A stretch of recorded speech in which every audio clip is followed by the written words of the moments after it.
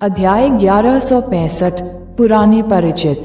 धत तेरी की। खूबसूरत महिला और अधेड़ उम्र का पुरुष दोनों गुस्से में थे। अपनी विशिष्ट स्थिति के कारण वे हमेशा जनता से ऊंचे स्थान पर रहे। सामान्य लोगों के लिए उन्हें देखना भी मुश्किल था। अब बूढ़े आदमी ने उन्हें इतनी बुरी तरह पीटा कि वे इतनी भीड़ भरी सड़क के पास गिर पड़े। उस खूबसूरत महिला की अभिव्यक्ति में भारी बदलाव आया। उसने नीचे की भीड़ भरी सड़क को देखने के लिए अपना सिर नीचे किया। वह अब हवा में मंडरा रही थी और जमीन से 10 मीटर से भी कम ऊपर खड़ी थी। ज्यादातर लोग उसे देख सकते थे अगर वे अपना सिर उठाते। महिला को ये जानकर आश्चर्य हुआ कि सड़क पर हर कोई अपने मामलों में इतना व्यस्त था कि उन्हें उसकी ओर ध्यान ही नहीं गया। भीड़ ने उसे ऐसे नजरअंदाज कर दिया मानो वह हवा हो। ऐसा लग रहा था मानो वे किसी दूसरी दुनिया में हों। क्या हो रहा है? जब अधेड़ उम्र के आदमी ने ये देखा तो उसकी आंखें चौड़ी हो गईं। हम यहीं सड़क के ठीक ऊपर हैं, लेकिन इतने हंगामे के बाद भी किसी ने हम पर ध्यान नहीं दिया।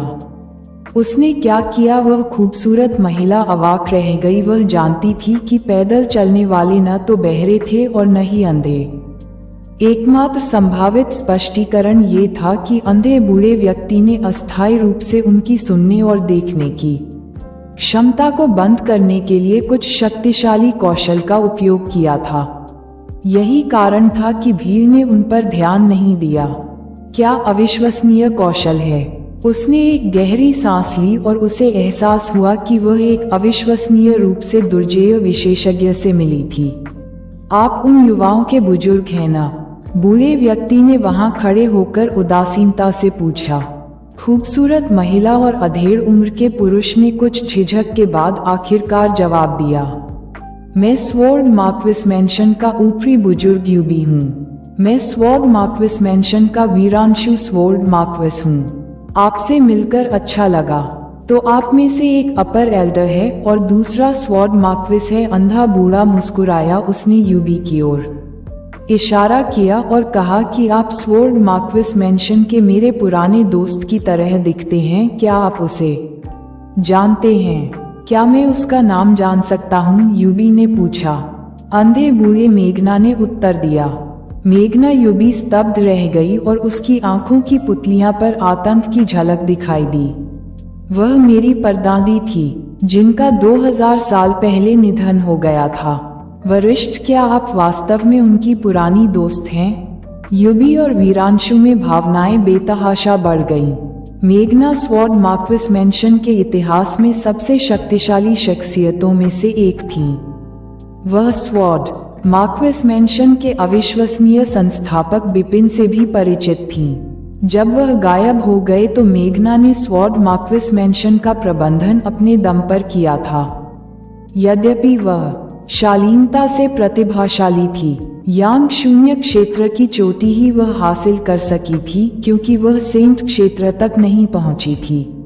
वह केवल सैकड़ों वर्ष जीवित रही थी।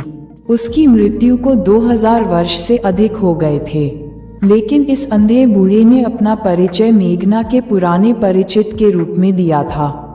यह आदमी एक बूढ़ा राक्षस है जो मेरी परदादी यूबी की उम्र का है, जिससे वह सदमे में थी। बूढ़ा राक्षस! ये सच था। ग्रीन फायर वर्ल्ड में बिपिन को कम उम्र का युवा माना जाता था, लेकिन प्राचीन विश्व में 2000 वर्ष से अधिक पुराना एक व्यक्ति निस्संदेह एक बूढ़ा राक्षस था। आपकी परदादी और मैं पुराने दोस्त थे। आज मेरी मुलाकात स्वॉर्ड मार्क्विस मैंशन के कुछ घमंडी कनिष्ठों से हुई। बूढ़े आदमी की नाक में दम करने वाली तलवार मार्क्विस हवेली अब भले ही नैनीताल महाद्वीप में प्रभावशाली हो, लेकिन आप यह न भूलें कि इस दुनिया में अनगिनत विशेषज्ञ हैं जो तलवार मार्क्विस हवेली को नष्ट करने में सक्षम हैं। मैं आपको सलाह देता हूं कि कम प्रोफाइल रखें, अन्यथा आप किसी कठिन दुश्मन को नाराज कर सकते हैं। इसके अलावा आप बड़ों को अपने कनिष्ठों के व्यवहार पर नजर रखनी चाहिए। आप उन्हें स्वॉर्ड मार्क्विस मैंशन के नाम पर दूसरों को धमकाने की इजाजत नहीं दे सकते। सबसे महत्वपूर्ण बात यह है कि अपने अतीत के कष्टों को कभी न भूलें।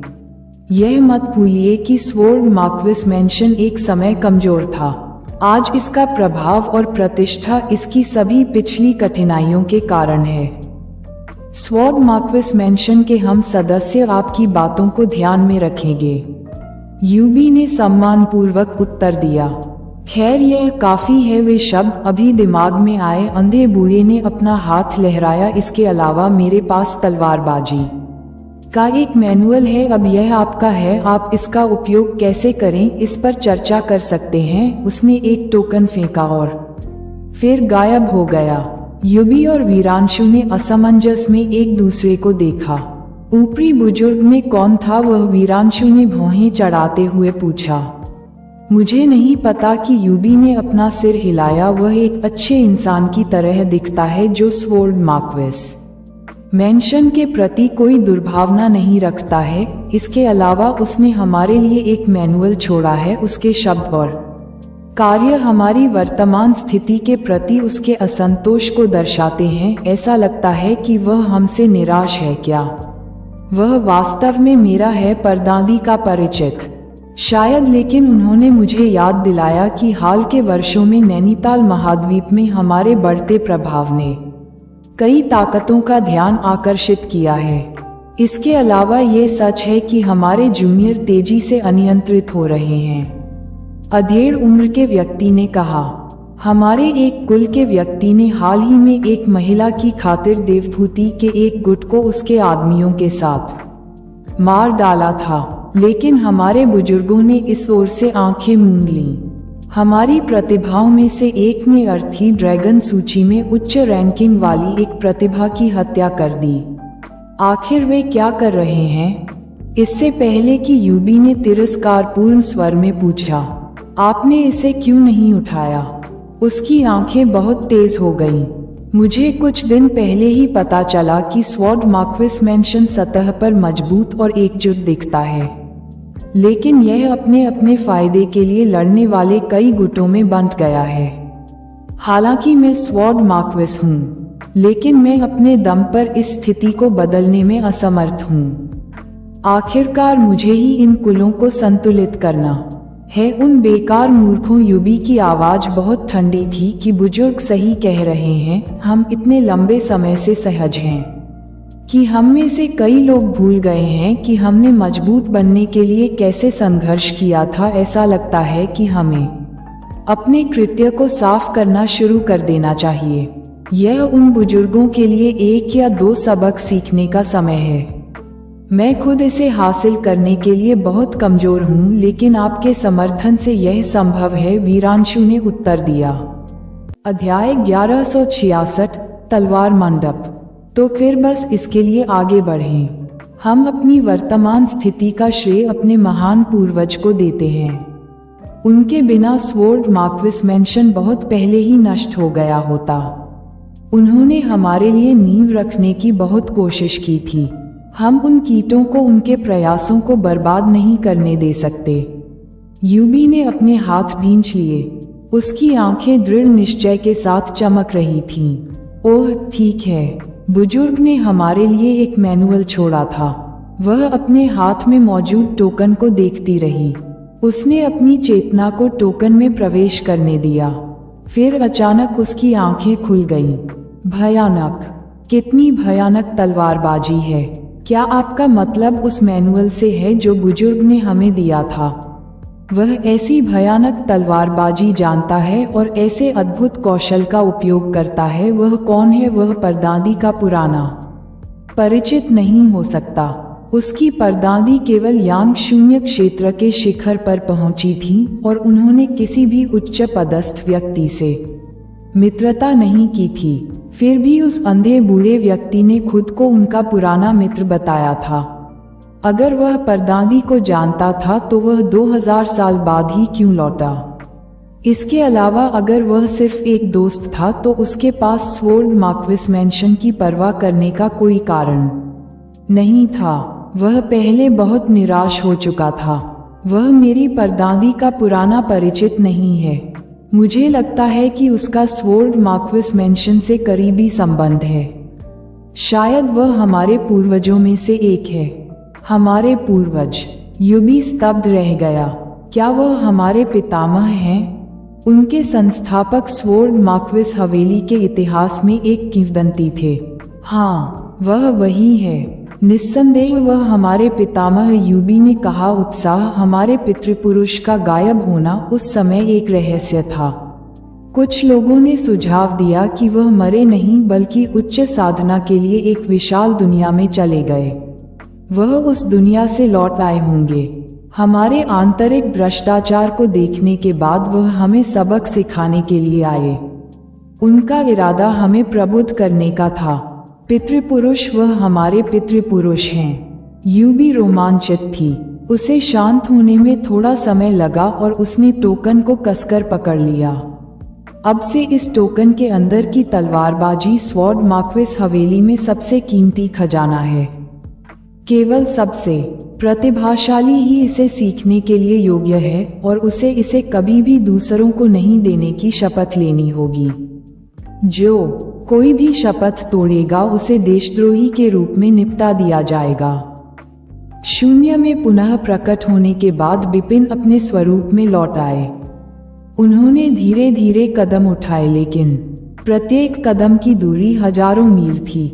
गायब ने पूछा कि आपने अपनी पहचान बताने के बजाय अपने कनिष्ठों को सबक सिखाने के लिए एक अंधे बूढ़े आदमी होने का नाटक क्यों किया? मेरी पहचान बताओ। बिपिन ने सिर हिलाया।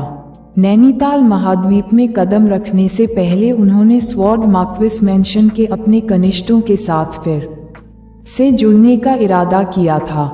हालांकि स्वॉर्ड मार्क्विस मेंशन के बाहर शराब खाने में जाने के बाद उसने अपना मन बदल लिया। उसने वहां रहते हुए आधा दिन बिताया था और जब वह अकेले शराब पी रहा था तो उसकी आत्मिक शक्ति ने पहले ही पूरे शहर को घेर लिया था। उसने योद्धाओं के साथ साथ आम लोगों के बीच भी कई बातचीत सुनी थी। निजी क्वार्टरों में होने वाली कुछ बातचीत विशेष रूप से आंखें खोलने वाली थीं। जब तक उन्होंने ये बातचीत नहीं सुनी तब तक उन्हें एहसास नहीं हुआ कि वर्तमान स्वॉर्ड मार्क्विस मेंशन में भ्रष्टाचार और फूट कितनी खराब हो गई है। गुट बन जाते हैं और साथ ही गुट एक दूसरे के खिलाफ साजिश रचते हैं। अधिक हितों की लड़ाई में कुछ लोग निजी तौर पर दूसरे पर हाथ भी डालते हैं। बिपिन ने गंभीर भाव से कहा, युवा पीढ़ी के शिष्य दंभी हैं जो परिणामों की चिंता किए बिना दूसरों को धमकाते हैं। वे मेरे बिना भी अहंकारी और निडर हैं। क्या वे और भी दुस्साहसी नहीं हो जाएंगे यदि मैं ये सोचकर सार्वजनिक रूप से प्रकट हो जाऊं कि मैं उनका समर्थन करता हूं? वह स्वॉर्ड मार्क्विस मेंशन की मौजूदा स्थिति नहीं देखना चाहता था। उन्होंने कनिष्ठ शिष्यों और यहाँ तक कि 2 बुजुर्गों यूबी और वीरांशु को दंडित करने के लिए उन्हें कम प्रोफाइल रखने और तलवार मार्क्विस हवेली के भीतर संकट का एहसास करने की चेतावनी दी थी। मैंने वह सब कर लिया है जो मुझे करना चाहिए। स्वॉर्ड मार्क्विस मेंशन का भविष्य अब उन पर निर्भर है। बिपिन ने बड़बड़ाया, चाहे वह सलाह देना हो या सजा देना, उसने जरूरत से ज्यादा काम किया है। उनका स्वॉर्ड मार्क्विस मेंशन के विकास में हस्तक्षेप करने का कोई इरादा नहीं था। वास्तव में उन्हें इसके पतन की भी परवाह नहीं थी, जब तक कि यह पीढ़ी दर पीढ़ी विरासत में मिलता रहा। आखिरकार वह यहाँ रहकर हमेशा के लिए स्वॉर्ड मार्क्विस हवेली की रखवाली नहीं कर सका। गायब ने पूछा, आपका अगला कदम क्या है? आइए अब दिव्य भूमि की ओर चलें। मुझे चिंता है कि लड़की अब और नहीं रुक सकती। बिपिन ने मुस्कुराते हुए उत्तर दिया, एक लड़की, क्या उसका तुमसे कोई लेना देना है? गायब ने पूछा, जब हम वहां पहुंचेंगे तो आपको पता चल जाएगा। बिपिन ने पूरी गति से अपनी यात्रा जारी रखी। वर्महोल का सहारा लिए बिना ही उन्हें नैनीताल महाद्वीप से दिव्य भूमि तक पहुंचने में देर नहीं लगी। दिव्य भूमि इस क्षेत्र का मूल थी। प्राचीन विश्व इसके नियंत्रण में था। जब बिपिन पहली बार दिव्य भूमि पर घूमे तो यहाँ 3 पूर्वज 9 संप्रभु और 72 माकीस थे। ये सभी देवभूमि की शीर्ष विभूतियां थीं। हालांकि 2000 साल हो गए थे, चीजें बहुत बदल गई थीं और दिव्य भूमि का लेआउट भी। अब 4 प्रभावशाली गुटों ने दिव्य भूमि पर शासन किया। चारों सेनाएं 4 अधिपतियों के नेतृत्व में थीं। उनमें से एक को वुशुंग तलवार मंडप कहा जाता था। वुशुंग तलवार मंडप 2000 साल पहले सामने आया था। इसकी संस्थापक राघवेंद्र नाम की एक महिला थी। राघवेंद्र 72 माकीज में से एक हुआ करते थे। उनकी साधना की गति तेज थी लेकिन प्रभावशाली नहीं थी। लेकिन बाद में उन्होंने बहुत प्रगति की और 100 वर्षों के भीतर गगनचुंबी इमारतों में प्रवेश किया। तब से वह प्राचीन दुनिया के सबसे शक्तिशाली विशेषज्ञों में से एक थीं। देवभूमि के योद्धा आदर पूर्वक उसे रानी अमृता कहते थे। उनके नेतृत्व में वुशुंग तलवार मंडप पिछले 2000 वर्षों से दिव्य भूमि में अन्य गुटों के साथ सद्भाव में मौजूद था। हालांकि हाल के वर्षों में वुशुंग तलवार मंडप 4 अधिपतियों में से एक स्पिरिट पैलेस के खिलाफ हो गया था। दोनों पक्ष अंतहीन क्रूर लड़ाई में उतर आए थे। शुरुआत में दोनों अधिपति बराबरी पर थे लेकिन बाद में वुशुंग तलवार मंडप को जल्द ही नुकसान की स्थिति में डाल दिया गया। आज स्पिरिट पैलेस सीधे उनके गढ़ में सेंध लगा चुका था। वुशुंग स्वॉर्ड पैविलियन विशाल पहाड़ों के बीच एक विशाल भूमि पर स्थित था। बैंग बैंग बैंग बैंग, एक के बाद एक गगनभेदी विस्फोट गूंजते रहे। ध्वनि पूरे पहाड़ों में गूंजती रही। पूरा वुशुंग तलवार मंडप उन्मत्त वध की स्थिति में गिर गया था। अध्याय 1167 रानी अमृता। हाहा राघवेंद्र, या मुझे तुम्हें प्रसिद्ध रानी अमृता कहना चाहिए। मैंने कहा था कि एक दिन मैं तुम्हारे वुशुंग तलवार मंडप को पूरी तरह से मिटा दूंगा और तुम्हें अपना बना लूंगा। आज तुम भाग नहीं सकते क्या? तुम एक लंबा गंजा आदमी अपनी बड़ी कुल्हाड़ी लहरा रहा था और बेतहाशा हंस रहा था। उनकी प्रतिद्वंद्वी एक ग्लैमरस और खूबसूरत महिला थी। इस महिला का शरीर और चेहरा एकदम सही था और सबसे महत्वपूर्ण बात ये कि उसका स्वभाव बहुत ही नेक और अतुलनीय था। रानी अमृता को महिला सम्राट का ताज पहनाया गया क्योंकि उन्हें हमेशा उच्च दर्जा प्राप्त था। 2000 से अधिक वर्षों से उसके वुशुंग तलवार मंडप को कभी नहीं छुआ गया। महिला सम्राट की उनकी उपाधि अच्छी तरह से योग्य थी। ठीक है, आप अभी तक मेरे साथ खिलवाड़ करने के योग्य नहीं हैं। रानी अमृता की आवाज ठंडी और उग्र थी। महिमा की भावना के साथ उसने अपनी लंबी तलवार घुमाई और गगनचुंबी क्षेत्र की अपनी पूरी ताकत तोड़ दी। मैदान पर कई मजबूत खिलाड़ी थे लेकिन कोई भी ऐसा नहीं कर सका उसका सामना करो। यहाँ तक कि उस बातूनी गंजे आदमी को भी, जो स्काईस्क्रैपिंग क्षेत्र में स्पिरिट पैलेस का पैलेस मास्टर था। ये स्वीकार करना पड़ा कि रानी अमृता निश्चित रूप से उससे कहीं बेहतर थी। हाहा, मैं तुम्हें छू नहीं सकता लेकिन कोई छू सकता है और छुएगा। गंजा आदमी हंसा और अपने बगल में शून्य की और देखा। मास्टर कांग, अब आपकी बारी है। मास्टर कोन, क्वीन अमृता की आंखें सिकुड़ गईं। गंजा आदमी गगनचुंबी क्षेत्र में था और सभी दिव्य भूमि विशेषज्ञों को हरा सकता था जो उसे सम्मानपूर्वक मास्टर कहलाने के योग्य थे। जल्द ही उसने मास्टर कोन को देखा। यह एक मोटा बुजुर्ग निकला जिसकी एक जोड़ी आंखें चूहों की तरह छोटी थीं। यह मोटा बूढ़ा आदमी धीरे धीरे आगे बढ़ा और जल्द ही रानी अमृता के सामने आ गया। क्या वह रानी अमृता है? वह मोटा बूढ़ा रानी अमृता को ऐसे देखता था मानो वह कोई चींटी हो। वह गंजे आदमी ने आदरपूर्वक कहा। रानी अमृता गंभीर लग रही थीं। आमतौर पर प्राचीन दुनिया में उसकी ताकत के साथ किसी को भी उससे डरने में सक्षम नहीं होना चाहिए। हालांकि जब मोटा बूढ़ा आदमी उसके सामने आया तो उसे आतंक की सहज अनुभूति हुई और उसने खुद को लड़ाई हारने की कल्पना भी की। यह मोटा बूढ़ा वहीं खड़ा रहा और रानी अमृता में प्रतिकार करने का साहस भी न हुआ। तुम कौन हो? उसने दांत भींचकर अपने डर को जोर से दबाया और चिल्लाई। मैं कपिल हूँ, मोटा बूढ़ा बोला। रानी अमृता का दिल पसीज गया। उसने न केवल दिव्य भूमि पर बल्कि अन्य प्राचीन विश्वों में भी कपिल नामक एक दुर्जेय विशेषज्ञ के बारे में कभी नहीं सुना। इस कपिल ने उनके लिए जो खौफ पैदा किया। आप शाश्वत विश्व से हैं? महारानी अमृता ने उदासीनता से पूछा।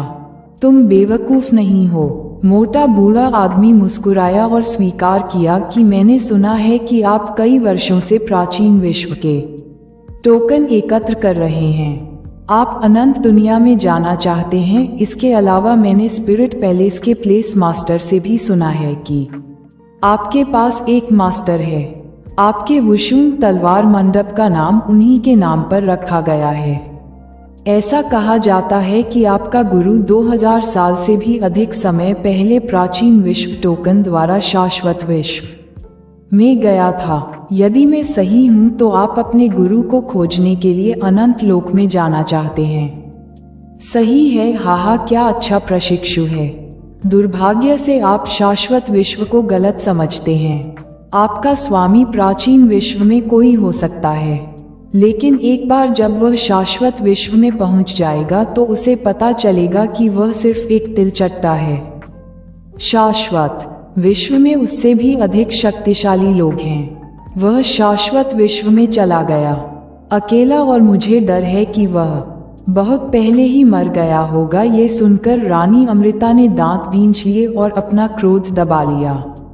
वह अपने पूरे जीवन में अपने गुरु का सबसे अधिक सम्मान करती थी। उसके गुरु ने उसे नया रूप दिया। उसने अपनी वर्तमान उपलब्धियों का श्रेय पूरी तरह से अपने गुरु बिपिन को दिया। उसके हृदय में उसका स्वामी परमेश्वर के समान था। इस प्रकार जब उसने अपनी स्वयं की सेना बनाई तब भी उसने उसका नाम अपने स्वामी के नाम पर रखा।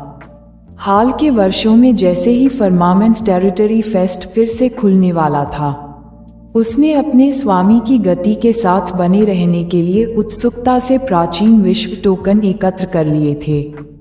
अब जब वह ऐसी बकवास सुनती तो स्वाभाविक रूप से क्रोधित हो जाती।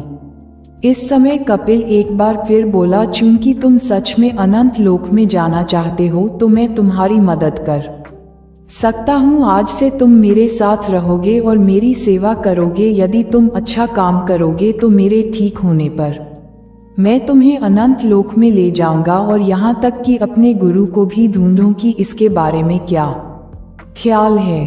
ये सुनकर रानी अमृता और भी क्रोधित हो गई। ये जीवन में एक बार मिलने वाला अवसर क्यों है?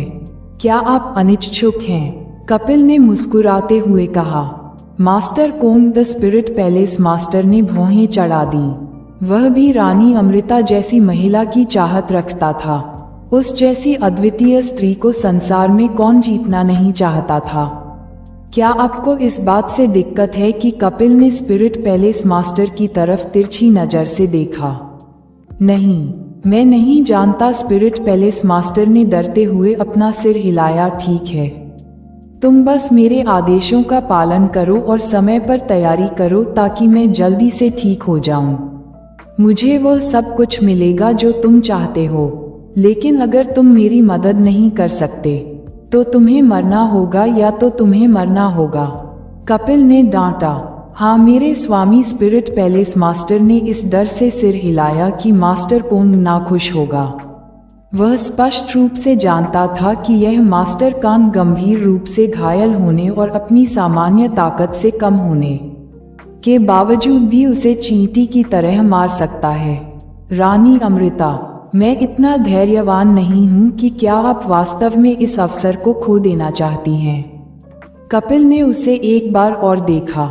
आप चाहते हैं कि मैं आपकी सेवा करूं? आप चाहते हैं कि रानी अमृता ने ठंडे स्वर में चिल्लाकर कहा। ओह, आप इसके लिए तैयार नहीं हैं। कपिल ने एक भौं टेढ़ी की और शांत भाव से मुस्कुराया। फिर मुझे इसे कठिन तरीके से करना होगा। अपनी बात खत्म करते हुए उसने अपना हाथ हिलाया और एक विशाल हथेली को बुलाया। विशाल हाथ प्रकट हुआ और पूरी दुनिया हिल गई। आसपास का शून्य टूट गया। विशाल अंतरिक्ष दरारें दिखाई दीं और वुशुंग तलवार मंडप में लगे सभी लोग रुक गए और भाग गए। कुछ ही क्षणों में विशाल हाथ रानी अमृता के पास आ गया।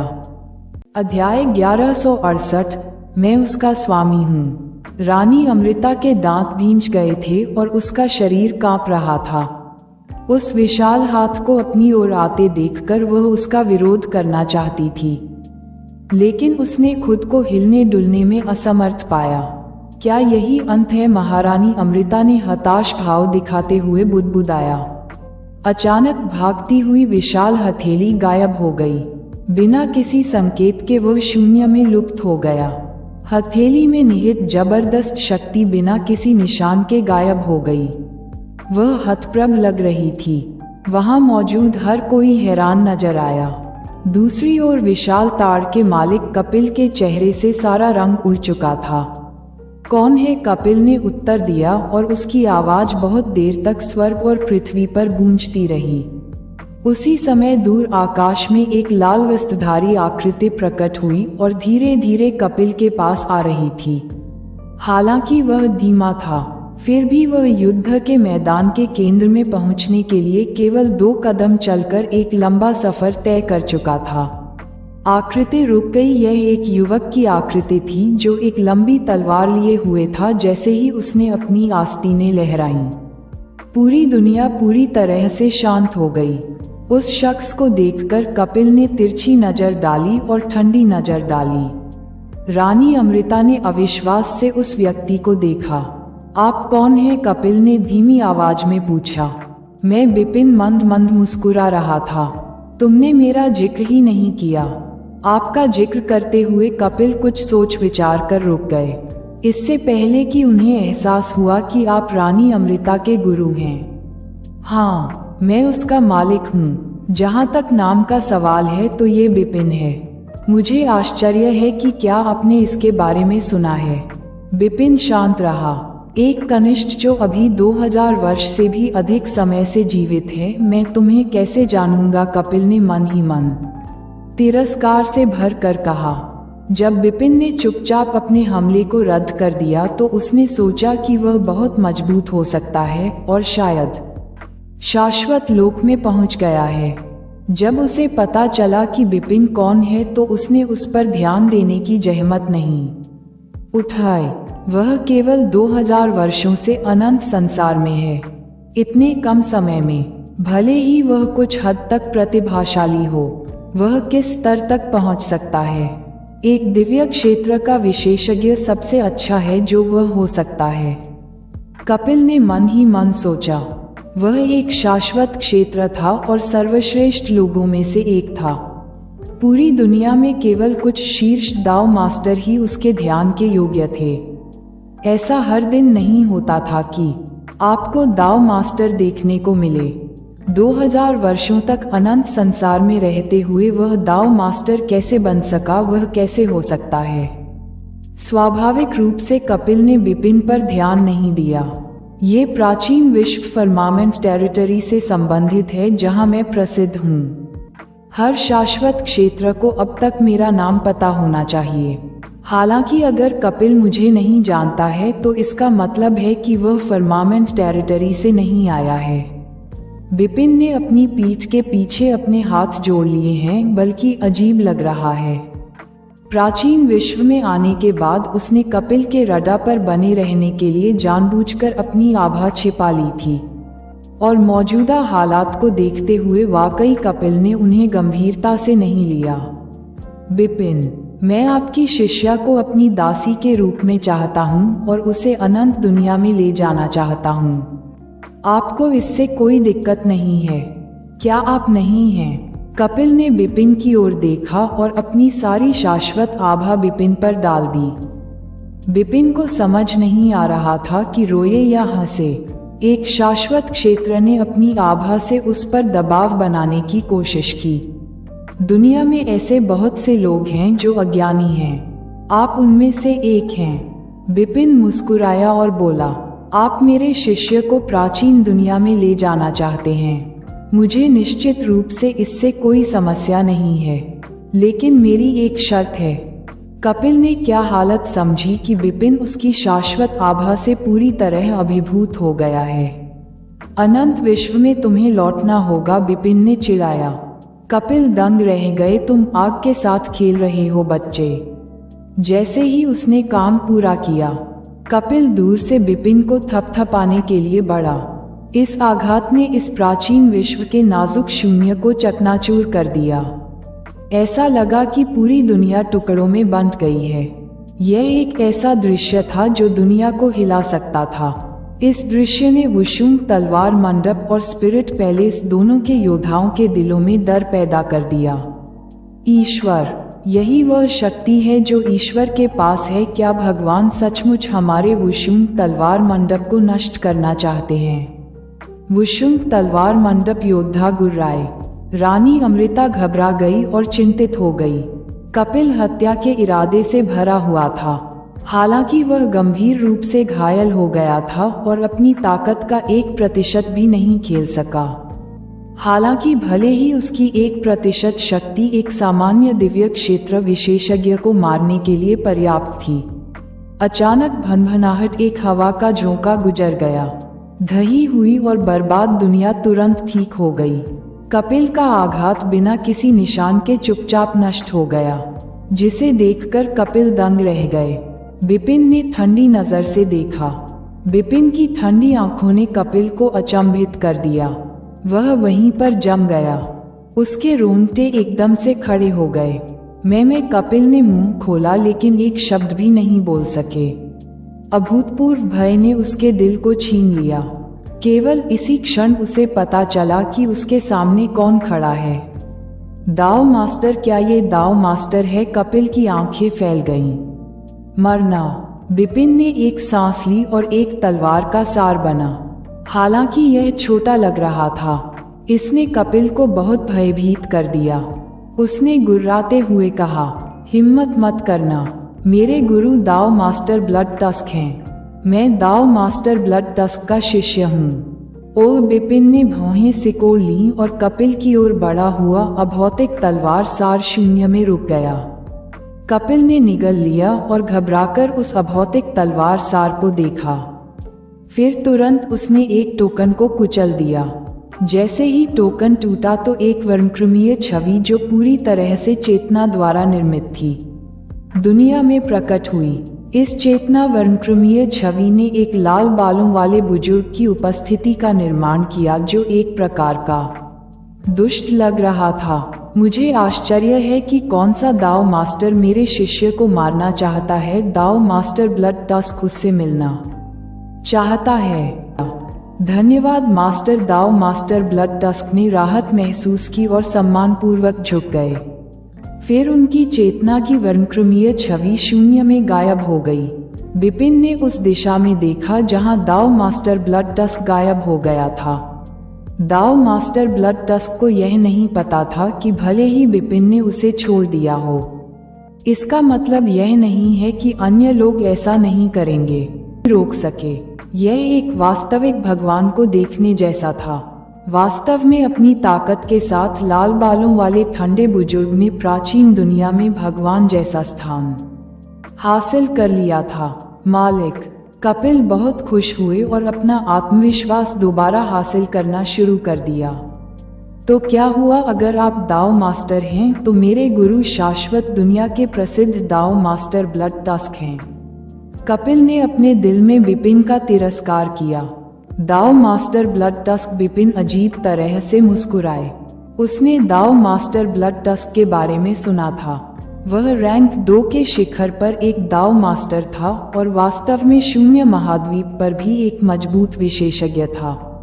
इसके अलावा उसे वानर पवित्र मास्टर का आश्रित कहा जाता था। ऐसे परोपकारी के साथ वह वास्तव में अच्छा था। पूरे शून्य महाद्वीप के विशेषज्ञों को नीचे देखने का कारण। क्या तुम ही मेरे शिष्य को मारना चाहते हो? दाव मास्टर ब्लड टस्क की चेतना वर्णक्रमीय छवि ने विपिन को देखा। हाँ, यह मैं हूँ। आप क्या प्रस्ताव रखते हैं? विपिन मुस्कुराया। क्या आप मुझे चेतना की वर्णक्रमीय छवि से रोकना चाहते हैं? ठीक है, मैं वास्तव में नहीं कर सकता, लेकिन मेरे शब्दों को चिन्हित करें। यदि आप मेरे शिष्य को छूने की हिम्मत करते हैं तो मैं गारंटी दूंगा कि पूरे शून्य महाद्वीप पर आपके लिए कोई जगह नहीं होगी। दाओ मास्टर ब्लड टस्क ने ठंडे स्वर में चेतावनी दी।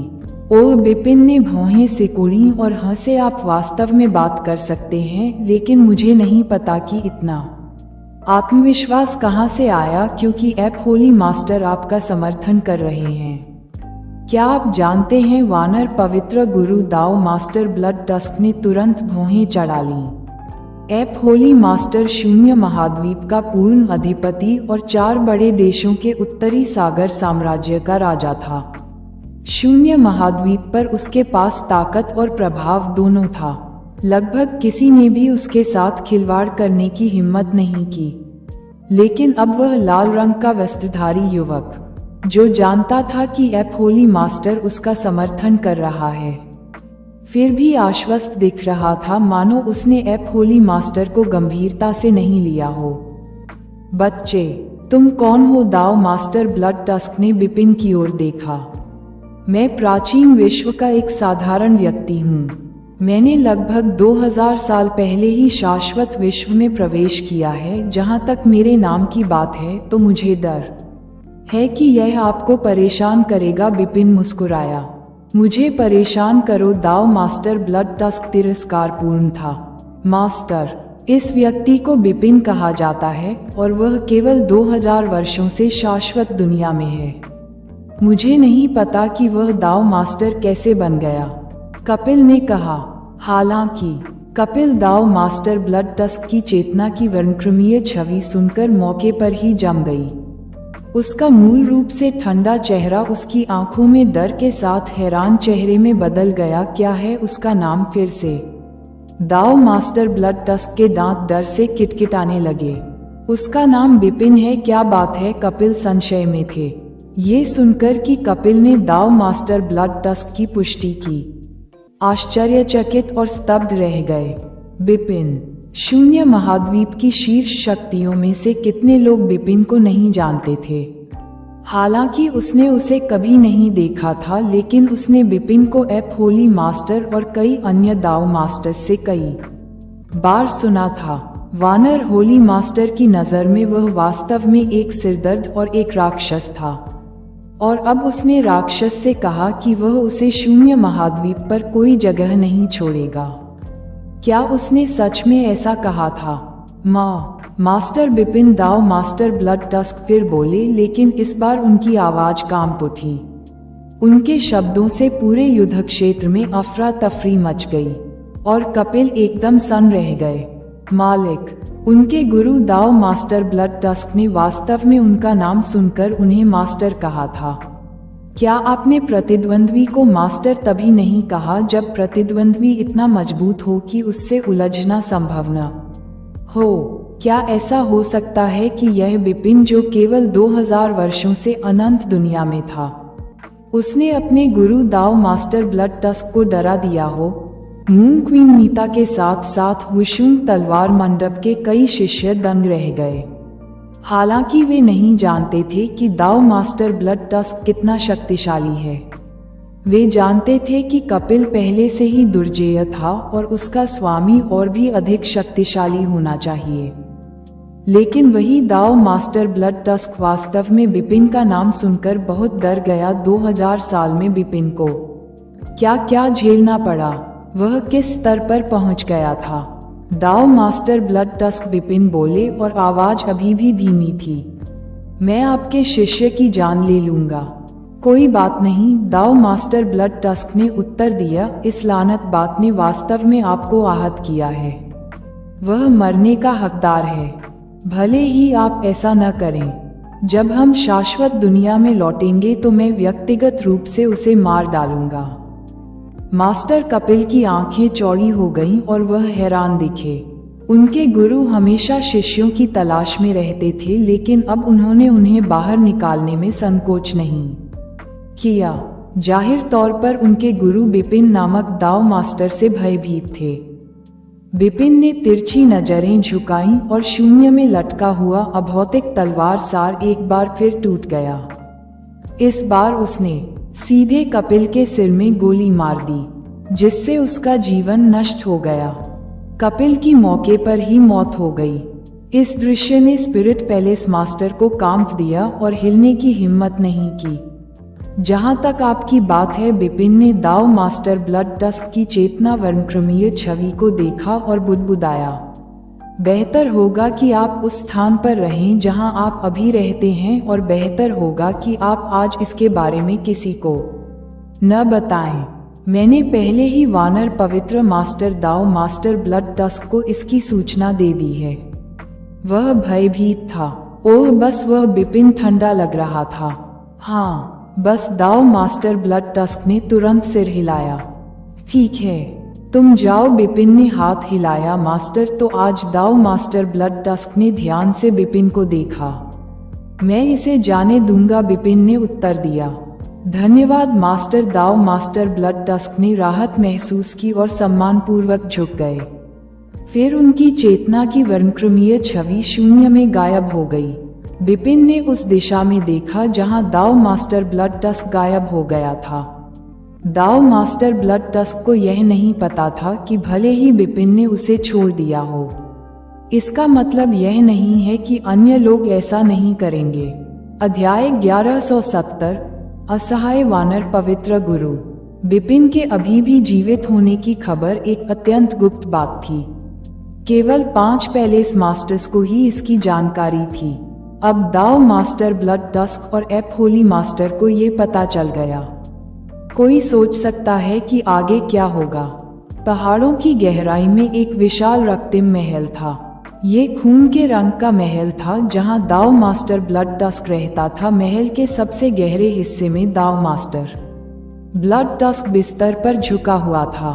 तुम सब बाहर निकलो। दाव मास्टर ब्लड टस्क की गुर्राहट पूरे महल में गूंज उठी। जो नौकरानियां सेवा कर रही थीं और उनके सामने सुंदर नर्तकियां थीं, वे सभी पीछे हट गईं।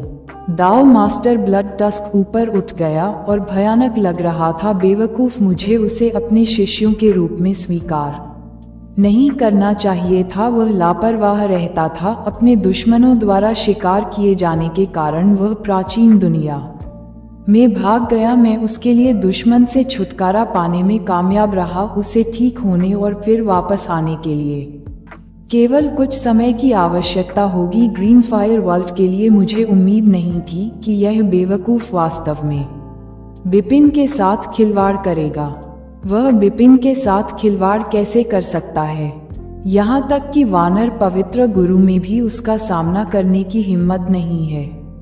बिपिन मुझे इतनी आसानी से मार सकता है। शाश्वत दायरे में होने के कारण उसने बिपिन के साथ खिलवाड़ क्यों किया? बेवकूफ, सचमुच बेवकूफ। दाव मास्टर ब्लड टस्क ने पागलपन से शाप दिया। हालांकि कपिल मर चुका था, फिर भी दाव मास्टर ब्लड टस्क उसे क्रूर तरीकों से मारने के लिए उसे पुनर्जीवित करना चाहता था। ये वास्तव में एक दुर्जेय व्यक्ति था जिसे उसने इस बार नाराज कर दिया था। काफी देर बाद दाव मास्टर ब्लड टस्क धीरे धीरे शांत हो गए। सौभाग्य से बिपिन अच्छा था। मैंने सिर झुकाया और माफी मांगी। उसने मुझे छोड़ दिया, अन्यथा दाव मास्टर ब्लड टस्क भयभीत होने से खुद को रोक नहीं सका। यदि बिपिन वास्तव में उसे मरना चाहता तो ग्रीन फायर वर्ल्ड में उसके जीवित रहने की कोई जगह नहीं होती। वैसे भी मैं अभी भी जीवित हूँ। दाव मास्टर ब्लड टस्क ने राहत की सांस ली। लेकिन इस समय दाव मास्टर ब्लड टस्क को कुछ सूझा। उसने देखा कि 2 आभाएं उसके महल में प्रवेश कर गई थीं और एक क्षण में वे उसके सामने प्रकट हो गईं। वे एक पुरुष और एक महिला थे और उनकी आभा बहुत ऊर्जावान थी, जो दोनों रैंक 3 दाव मास्टर स्तर तक पहुंच गए। मास्टर युग और मास्टर कुलदीप, आप दोनों को यहाँ क्यों लेकर आए हैं? दाव मास्टर ब्लड टस्क तुरंत उठे और अभिवादन किया। शून्य मंदिर के 18 आकाओं में से वह उनमें से किसी को भी नाराज करने का जोखिम नहीं उठा सकता था। स्वाभाविक रूप से उसने सम्मानपूर्वक अभिवादन किया। दाव मास्टर ब्लड टस्क, हम आपको मारने के लिए टेम्पल मास्टर के आदेश के तहत यहाँ हैं। मास्टर कुलदीप ने सीधे कहा। क्या? दाव मास्टर ब्लड टस्क बहुत हैरान हुआ और चिल्लाया, मुझे मार डालो, ये कैसे संभव है? मैंने शून्य मंदिर को कभी नाराज नहीं किया है। शून्य मंदिर मास्टर मुझे मारने का आदेश कैसे देगा? क्या आपने गलती की है? मंदिर मास्टर ने स्वयं आदेश जारी किया। हम गलती नहीं कर सकते थे, अब मरने के लिए तैयार हो जाओ मास्टर। कुलदीप की आवाज ठंडी थी और अगले ही पल उसने सीधा प्रहार किया। नहीं, यह असंभव है कि वह बिना किसी कारण के मुझे कैसे मरवाना चाहता है। डाओ मास्टर ब्लड टस्क ने विरोध किया क्योंकि वह बेतहाशा चिल्ला रहा था। मैं इसकी रिपोर्ट ऐप होली मास्टर को करूंगा। ऐप होली मास्टर मेरी मदद करेगा। वानर पवित्र मास्टर कुलदीप हंसे। वह अब शायद ही अपनी रक्षा कर सकते हैं। वह आपकी मदद कैसे कर सकते हैं? मास्टर कुलदीप और मास्टर युग ने लंबे समय से तैयारी की थी। शुरू करने से पहले उन्होंने महल के चारों ओर प्रतिबंध लगा दिया ताकि डाओ मास्टर ब्लड टस्क के पास भागने का कोई रास्ता न हो। यहाँ तक कि संदेश भी दोबारा प्रसारित नहीं किया जा सके। केवल एक पल के लिए दाओ मास्टर ब्लड टस्क को मार दिया गया।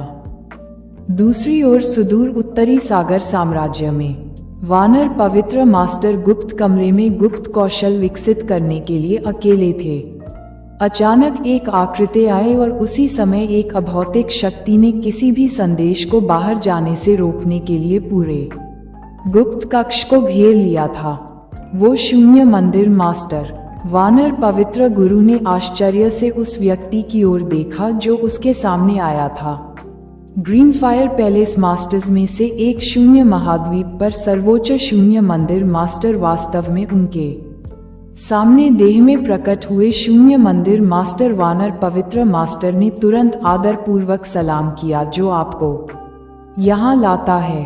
वानर पवित्र मास्टर दाओ मास्टर ब्लड टस्क है। आपके शिष्य शून्य मंदिर मास्टर उदासीन लग रहे थे। हाँ, वह वानर पवित्र गुरु है। उसने अवचेतन रूप से सिर हिलाया। अभी कुछ समय पहले इस दाओ मास्टर ब्लड टस्क ने आपको एक संदेश भेजा था। वॉर्ड टेम्पल मास्टर ने फिर से पूछा। हाँ, उसने वानर पवित्र मास्टर को फिर से सिर हिलाया। उसने मुझे बताया कि प्राचीन दुनिया में उसने बिपिन को देखा था। यह सही है? शून्य मंदिर मास्टर की आंखें ठंडी हो गईं। मंदिर मास्टर, क्या गलत है? वानर पवित्र मास्टर संदेह में थे। ये गुप्त कमरा पहले से ही सुरक्षित है।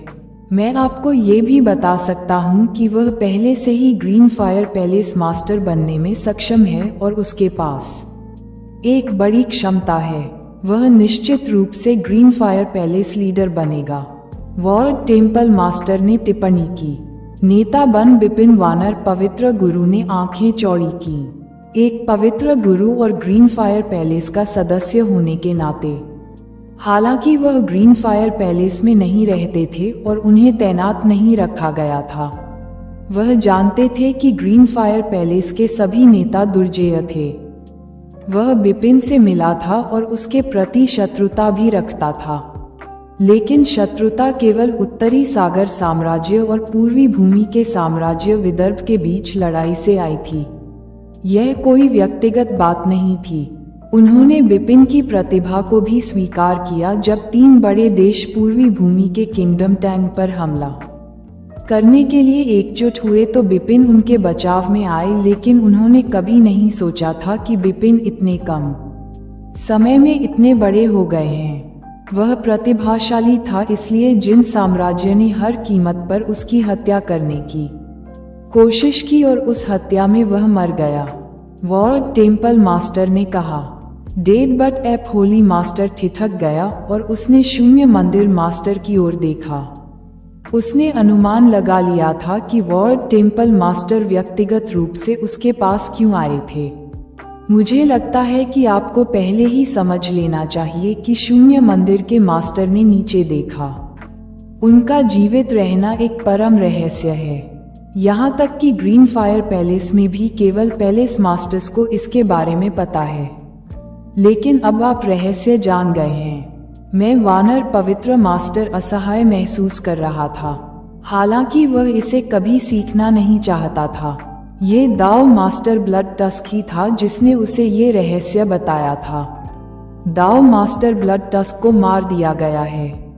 आप हमारे ग्रीन फायर पैलेस में से एक हैं और एक मूल्यवान सैनिक हैं। मैं तुम्हें नहीं मारूंगा, लेकिन यह आपको अब शून्य महाद्वीप पर रहने नहीं दे सकता जब तक कि बिपिन ग्रीन फायर पैलेस का नेता नहीं बन जाता। जिन साम्राज्य से निपटने के लिए आपको मेरे ओब्लिवियन पैलेस में रहना होगा।